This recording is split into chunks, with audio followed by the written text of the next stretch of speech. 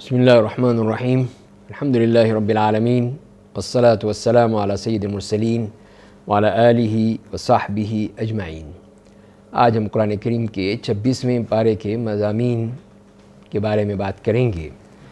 اور اس میں سب سے پہلی جو صورت ہے سورۃ الاحقاف، اور اس کے ہم 10 پیراگراف میں تقسیم کر سکتے ہیں۔ اس کا جو مختصر خلاصہ ہے وہ آپ کے سامنے پیش کرتے ہیں، جس میں پہلی 3 آیات میں العزیز الحکیم اللہ تعالیٰ کے اسماء کا ذکر کرتے ہوئے تنزیل، تخلیق کائنات اور قیامت کے مقصد کو بیان کیا گیا ہے، اور دوسرے پیراگراف میں آیت نمبر 4 سے لے کر 6 تک مشرکین مکہ جو توحید خالقیت کے تو قائل تھے، یعنی توحید ربوبیت کو تو مانتے تھے، ان کے ساتھ ساتھ توحید عبادت جسے توحید الوہیت بھی کہتے ہیں، اور اس کے ساتھ دعا ہے، اللہ تعالیٰ کے وہ معبود ماننا ہے، ان سب کا بھی ان سے مطالبہ کیا گیا کہ وہ اس کو بھی مانیں۔ اور تیسرے پیراگراف میں آیت نمبر 7 سے لے کر 11 تک محمد صلی اللہ علیہ وسلم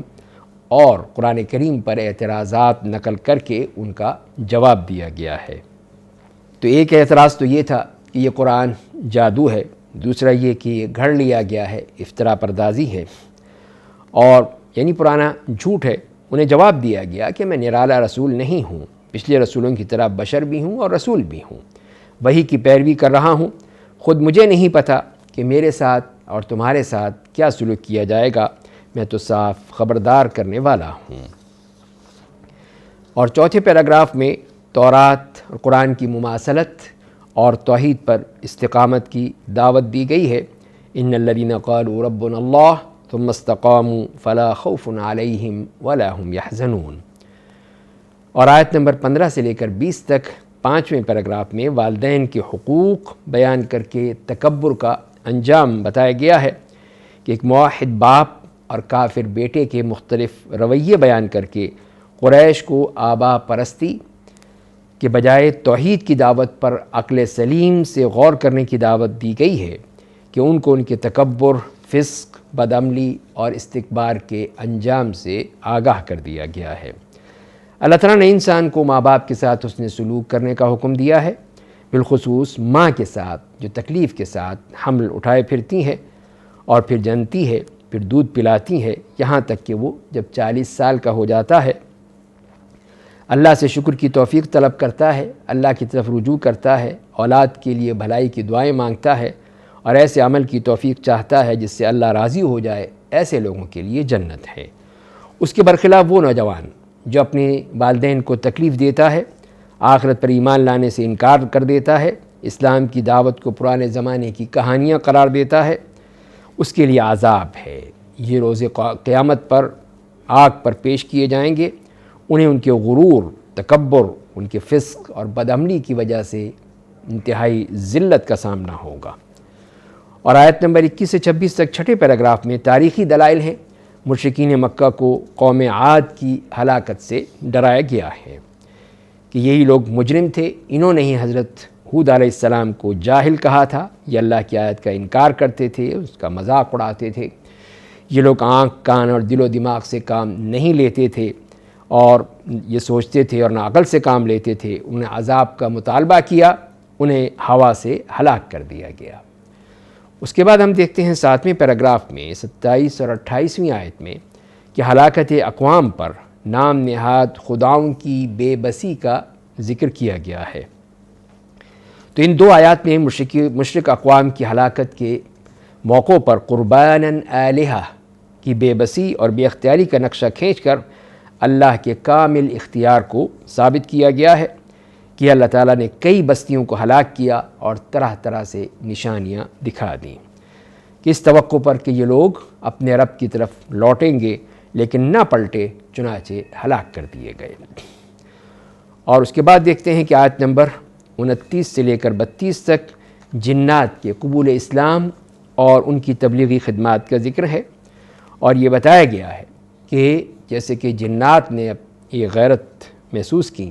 اور قرآن کو سننے کے بعد اس کے مبلغ بن گئے، تو قریش کو بھی اس بات کا احساس دلایا گیا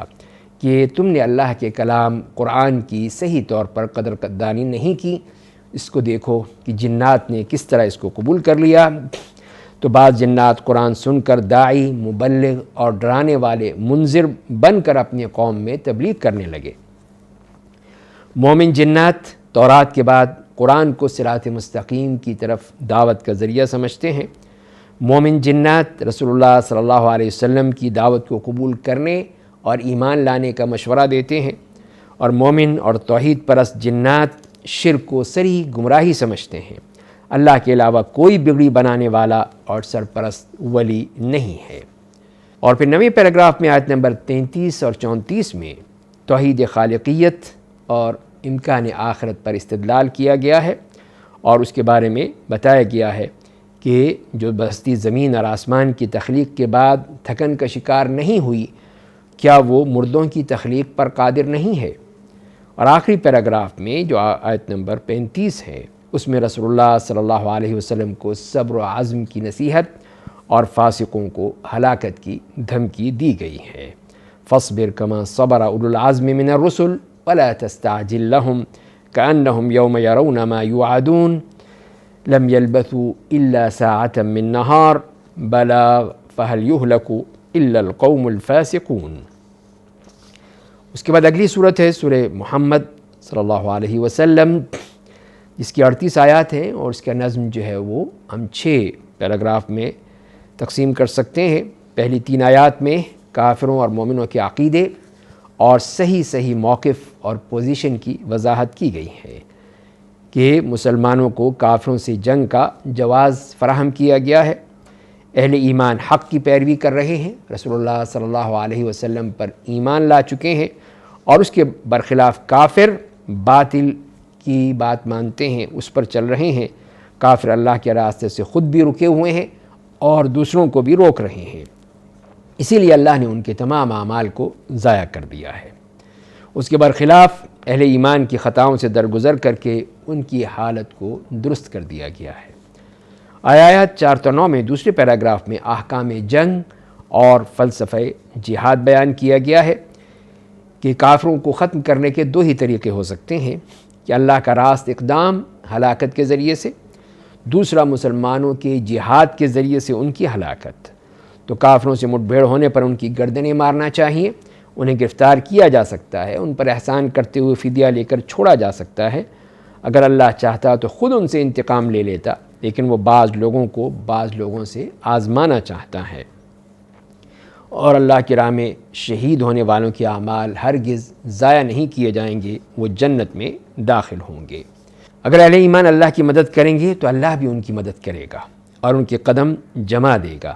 اس کے برخلاف کافروں نے چونکہ اللہ کے نازل کردہ وحی کی پر ناگواری کا اظہار کیا ہے، اس لیے ان کے اعمال غارت کر دیے جائیں گے۔ اور تیسرے پیراگراف میں یہ بتایا گیا کہ مومن مجاہدین کا مولا سرپرست صرف اللہ ہے، اور وہی ان کے تمام اعمال کا ان کو ہدایت دیتا ہے، ان کو صحیح راستے پر چلانے پر قادر ہے۔ ترغیب جہاد دی گئی، جنت کی 4 نہروں کا ذکر کیا گیا، تاریخی دلائل پیش کر کے کہ زمین پر چل پھر کر کافر قوموں کی ہلاکت کے انجام پر غور کرنا چاہیے۔ اہل ایمان کا سرپرست اللہ ہے، جبکہ کافروں کا کوئی سرپرست نہیں ہے۔ کافر مویشیوں کی طرح دنیا میں کھا پی لیتے ہیں، لیکن ان کا ٹھکانہ آگ ہوگا۔ اور چوتھے پیراگراف میں آیت نمبر 16 سے لے کر 32 تک منافقین کے جہاد سے فرار کی ذہنیت کا پول کھول دیا گیا ہے۔ تو اسی لیے فرمایا کہ یہ لوگ جو کہ رسول اللہ صلی اللہ علیہ وسلم کی باتیں بھی سنی انسنی کر دیتے ہیں، تو ان کے دلوں پر مہر لگا دی گئی ہے۔ اولئک الذین طبع اللہ علی قلوبہم، اور اس کے برخلاف مخلص ہدایت یافتہ لوگوں کی ہدایت میں اضافہ کیا گیا ہے، اور انہی کے حصے میں تقویٰ دیا گیا ہے، اور وہی لوگ اللہ سے اپنی خطاؤں کی معافی مانگتے ہیں۔ تو منافقین پہلے جہاد کی صورت کا مطالبہ کرتے رہے، لیکن محکم صورت نازل ہونے کے بعد ان پر موت کی غشی طاری ہو گئی ہے۔ وحی کے نازل ہو جانے کے بعد انہوں نے اس پر ناگواری اظہار کی، صرف جزوی اطاعت پر رضامند ہوئے۔ ان کے دلوں کے بھید اللہ تعالیٰ خوب جانتا ہے۔ منافقین کے حال پر افسوس کا اظہار کیا گیا کہ اگر یہ لوگ اطاعت کے الفاظ اور چکنی چپڑی باتوں کے بجائے سچی اطاعت کرتے تو یہ منہ پھیریں گے تو زمین میں فساد برپا کریں گے، قطع رحمی کریں گے۔ یہی وہ لوگ ہیں جن پر اللہ نے لعنت کی، انہیں اندھا اور بہرا کر دیا، تو کیا یہ لوگ قرآن پر غور نہیں کرتے یا ان کے دلوں پر تالے پڑے ہوئے ہیں؟ افلا یتدبرون القرآن ام علی قلوب اقفالها۔ آیت نمبر 33 سے لے کر 35 تک 5ویں پیراگراف میں اہل ایمان مجاہدین کے لیے جہاد کی ہدایات دی گئیں، اور پھر آخری پیراگراف میں 36 سے 38 تک انفاق فی سبیل اللہ کا حکم دیا گیا، اور یہ بتایا گیا کہ عدم انفاق کی صورت میں بخیلوں سے اللہ تعالیٰ حکومت اور امامت چھین لیتا ہے، وہ محکوم بنا دیے جاتے ہیں، انہیں مٹا کر دوسری قوموں کو یہ مقام دے دیا جاتا ہے۔ وَإِن تَتَوَلَّوْا يَسْتَبْدِلْ قَوْمًا غَيْرَكُمْ ثُمَّ لَا يَكُونُوا أَمْثَالَكُمْ۔ اس کے بعد اگلی صورت ہے سورۃ الفتح، اور اس کو بھی ہم مضامین کے لحاظ سے 5 حصوں میں تقسیم کر سکتے ہیں، اور پہلے پیراگراف میں جو آیات آتی ہیں ان میں ہم دیکھتے ہیں 9 آیات میں کہ صحابہ کرام کو فتح مبین کی خوشخبری دی گئی ہے۔ اِنَّا فَتَحْنَا لَكَ فَتْحًا مُبِينًا، مومنوں کے لیے جنت اور منافقین کے لیے اخروی جزا اور سزا کا وعدہ کیا گیا ہے، اس لیے کہ یہ لوگ اللہ کے بارے میں بہت سی بدگمانیوں کا شکار تھے۔ مومنوں کو سمجھایا گیا کہ آسمان اور زمین کے تمام لشکر اللہ کے تابع ہیں، وہی فتح و نصرت عطا کرنے والا ہے۔ آیات 8 تا 10 میں نبی کریم صلی اللہ علیہ وسلم کے مقام کا تذکرہ کیا گیا، اور یہ بتایا گیا کہ آپ منصب شہادت و انذار و تبشیر پر فائز ہیں۔ اِنَّا أَرْسَلْنَاكَ شَاهِدًا وَمُبَشِّرًا وَنَذِيرًا، اور جن لوگوں نے نبی کریم صلی اللہ علیہ وسلم کے ہاتھ پر بیعت رضوان کی تھی، انہوں نے جیسے کہ اللہ سے بیعت کی ہے، اور ان کے بارے میں بتا دیا گیا کہ ان کے ہاتھوں کے اوپر اللہ کا ہاتھ ہے، ید اللہ فوق ایدیہم۔ آیات 11 سے 17 تک منافقین کو تنبیہ کی گئی کہ وہ منافقت چھوڑ دیں، مخلص بنیں، عذاب سے بچیں، جہاد میں حصہ لیں، اور مستقبل کا نقشہ دکھایا گیا کہ انہیں ایک طاقتور قوم کے خلاف لڑنے کی دعوت دی جائے گی، جن سے وہ لڑیں گے یا پھر مسلمان ہو جائیں گے، تو ایسی صورت میں اگر وہ اطاعت کا رویہ اختیار کریں گے تو اجر و ثواب کے مستحق بنیں گے، اور نافرمانی کی صورت میں عذاب علیم ان سے دوچار ہونا پڑے گا۔ اور چوتھے پیراگراف میں 18 سے 26 تک یہ خوشخبری سنائی گئی کہ بیعت رضوان کے صحابہ سے اللہ تعالیٰ راضی ہو گیا، اور وہ انہیں کئی فتوحات اور مال غنیمت سے نوازے گا۔ تو یہ اللہ تعالیٰ کا احسان ذکر کیا گیا کہ اس نے حدیبیہ کے موقع پر مسلمانوں کے ہاتھ کافروں اور کافروں کے ہاتھ مسلمانوں سے روکے رکھے۔ اللہ کا مزید احسان یہ تھا کہ مشرکین مکہ کی حمیت الجاہلیت کے مقابلے میں اللہ تعالیٰ نے سکینت نازل فرمائی اور انہیں تقوی سے نوازا ہے۔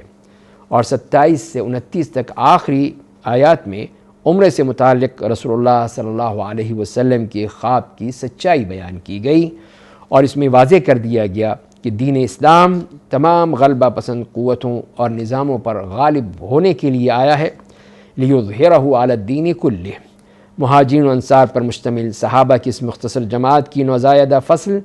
اب اپنے بل بوتے پر کھڑی ہو گئی ہے، اب دنیا میں اسلام کی روشنی پھیل کر رہے گی۔ رسول اللہ صلی اللہ علیہ وسلم اور صحابہ کی شان بیان کی گئی کہ وہ کافروں پر سخت ہیں، آپس میں ایک دوسرے کے لیے نرم دل ہیں، رکوع اور سجود کا اہتمام کرتے ہیں، اللہ کے فضل اور اس کے رضوان کے حصول کے متلاشی ہیں۔ ایمان اور عمل صالحہ کے نتیجے میں مغفرت اور اجر عظیم کی بشارت دی گئی۔ اس کے بعد اگلی صورت کی طرف آتے ہیں، اور اگلی صورت جو ہم دیکھتے ہیں کہ وہ ہے سورہ حجرات، اور سورہ حجرات کو بھی ہم 5 حصوں میں تقسیم کر سکتے ہیں کہ پہلی ہی آیت میں اللہ اور اس کے رسول صلی اللہ علیہ وسلم سے پیش قدمی کرنے کی ممانعت کر دی گئی کہ لا تقدموا بین یدی اللہ ورسولہ۔ تو یہ ایک آئینی اور دستوری شق ہے، وہی یا قرآن و سنت کے خلاف نہ تو کہ قانون سازی کی جا سکتی ہے، اور نہ ہی کسی غیر نبی کو، چاہے وہ صحابی ہو، تابعی ہو، تبع تابعی ہو، فقہ کا امام ہو، مفتی ہو یا عالم دین ہو یا کسی عدالت کا جج ہو، اس کو یہ حق حاصل نہیں ہے کہ وہ قرآن و سنت کے خلاف رائے دے، اور نہ کسی کو یہ حق ہے کہ وہ اللہ اور اس کے اور رسول پر کسی غیر نبی کو ترجیح دے۔ قرآن و سنت کی اطاعت مطلق ہے، غیر مشروط ہے، جبکہ غیر نبی کی اطاعت قرآن و سنت سے مشروط اور مقید ہے۔ آیات 2 اور سے لے کر 5 تک دوسرے پیراگراف میں رسول اللہ صلی اللہ علیہ وسلم کے حقوق بیان کیے گئے کہ رسول اللہ صلی اللہ علیہ وسلم کے سامنے نہ تو آواز بلند کی جا سکتی ہے اور نہ انہیں ایک عام انسان کی طرح بلایا جا سکتا ہے۔ آیت نمبر 6 سے 13 تک مسلمانوں کے جو باہمی حقوق ہیں ان کا تذکرہ کیا گیا کہ مسلمان کسی فاسق کی خبر پر بلا تحقیق اعتماد نہ کریں۔ مسلمانوں کے باہمی قتال کی صورت میں خاموش تماشائی بننے کے بجائے عدل و انصاف سے مصالحت اور فیصلہ کرنا چاہیے، اور مسلمان جو آپس میں بھائی بھائی ہیں ان کے باہمی تعلقات کو درست کرنا اور درست رکھنا ضروری ہے۔ ایک دوسرے کا مذاق اڑانے، لعن طعن کر کے عیب لگانے، برے القاب سے پکارنے، بدگمانی کرنے اور ٹوہ میں لگنے، تجسس کرنے اور ایک دوسرے کی غیبت کرنے سے منع کر دیا گیا۔ ساری دنیا کے انسانوں کو خطاب کر کے انہیں یہ حقیقت بتائی گئی کہ اللہ نے خاندان اور قبائل باہمی تعارف کے لیے بنائے ہیں۔ اللہ کے نزدیک نسب اور خاندان کی اہمیت نہیں ہے بلکہ تقوی اور پرہیزگاری کی اہمیت ہے۔ اور آیات 14 اور 15 میں اسلام اور ایمان کا فرق واضح کر دیا گیا، اور آیات نمبر 16 سے لے کر آخر تک منافقین کو خالص ایمان اختیار کرنے کی ہدایت کی گئی کہ وہ یہ اپنی اس قسم کی جتنی بھی سازشیں ہیں، مکر و فریب ہے، اس کو چھوڑ کر خالص ایمان قبول کر لیں، اسی میں ان کی نجات ہے۔ اس کے بعد ہم اگلی سورت کی طرف چلتے ہیں اس پارے میں، اور وہ ہے سورہ قاف۔ سورہ قاف کو بھی اس کے مضامین کے لحاظ سے 8 پیراگراف میں تقسیم کیا جا سکتا ہے۔ تو پہلی 5 آیات میں مشرکین مکہ کے امکان آخرت کے بارے میں شکوک و شبہات پر مشتمل اعتراضات کا جواب دیا گیا ہے۔ پہلا اعتراض تو یہ تھا کہ رسول خود قریش کے اندر کا انسان کیوں ہے۔ دوسرا اعتراض آخرت کے بارے میں تھا کہ مرنے کے بعد دوبارہ جی اٹھنا بعید از عقل ہے۔ اس کا جواب اللہ تعالیٰ کی صفت علم سے دیا گیا کہ وہ لاشوں میں ہونے والی کمی کا بھی علم رکھتا ہے۔ مشرکین مکہ کی ضد اور ہٹ درمی پر روشنی ڈالی گئی کہ دلائل پر مبنی حق آ جانے کے باوجود وہ تشکیک آمیز سوالات کرتے ہیں اور اس طرح تکذیب کر رہے ہیں۔ دوسرے پیراگراف میں آیت نمبر 6 سے لے کر 11 تک امکان آخرت کے دلائل فراہم کیے گئے، اور آیات 12 سے 14 تک تیسرے پیراگراف میں 8 قوموں کی تکذیب کے جرم میں ہلاکت کا ذکر ہے، اور یہ قومیں ہیں قوم نوح، اصحاب الرس، قوم سمود، قوم عاد، فرعون، قوم لوط، اصحاب الایکہ اور قوم تبع۔ اور چوتھے پیراگراف میں آیت نمبر 15 میں آخرت کے لیے عقلی دلیل پیش کی گئی کہ جو اللہ پہلی تخلیق سے عاجز نہ تھا، پہلی تخلیق کی پوری قدرت رکھتا تھا، تو دوسری تخلیق پر قادر کیوں نہیں ہو سکتا، اور پھر دوسری تخلیق کے بارے میں یہ شکوک و شبہات کیوں پیدا ہوتے ہیں۔ آیت نمبر 16 سے لے کر 30 تک 5ویں پیراگراف میں عالم نزاع، موت اور دوزخ کا نقشہ کھینچ کر اسلام دشمن مشرکین و کافرین کو دوزخ کے عذاب سے ڈرایا گیا ہے۔ اور چھٹے پیراگراف میں 31 سے 35 تک قلب منیب رکھنے والے متقین اور خاشعین کے لیے جنت میں اجر و ثواب کا وعدہ کیا گیا ہے اور اس کی تفصیل بیان کی گئی ہے۔ اور آیت نمبر 36 سے 38 تک 7ویں پیراگراف میں تاریخ ہلاکت اور قدرت تخلیق سے ہر اس شخص کو عبرت حاصل کرنے کی نصیحت کی گئی ہے جو دل اور کان رکھتا ہو۔ اور آخری پیراگراف میں رسول اللہ صلی اللہ علیہ وسلم کو الزامات اور اذیت رسانیوں پر صبر اور نماز کی تلقین کی گئی ہے، اور یہ تسلی دے کر یہ بات سمجھائی گئی ہے کہ دعوت کو جبری طور پر مسلط نہیں کیا جا سکتا، اور آخر میں قرآن کے ذریعے سے تذکیر جاری رکھنے کا حکم دیا گیا ہے، فذکر بالقرآن من یخاف وعید۔ تو یہاں یہ 26واں پارہ مکمل ہوتا ہے۔ اس میں 27ویں پارے سے پہلے سورہ زاریات جو اس میں بیان کی گئی ہے اس کا ایک رکوع ہے، اور اس کے بعد پھر 27واں پارہ شروع ہو جاتا ہے جس کو ہم اگلے پروگرام میں پیش کریں گے۔ یہاں پر یہ 26واں پارہ مکمل ہوا۔ اللہ تعالی ہمیں قرآن کو پڑھنے، سمجھنے اور عمل کرنے کی توفیق عطا فرمائے۔ وآخر دعوانا ان الحمد للہ رب العالمین۔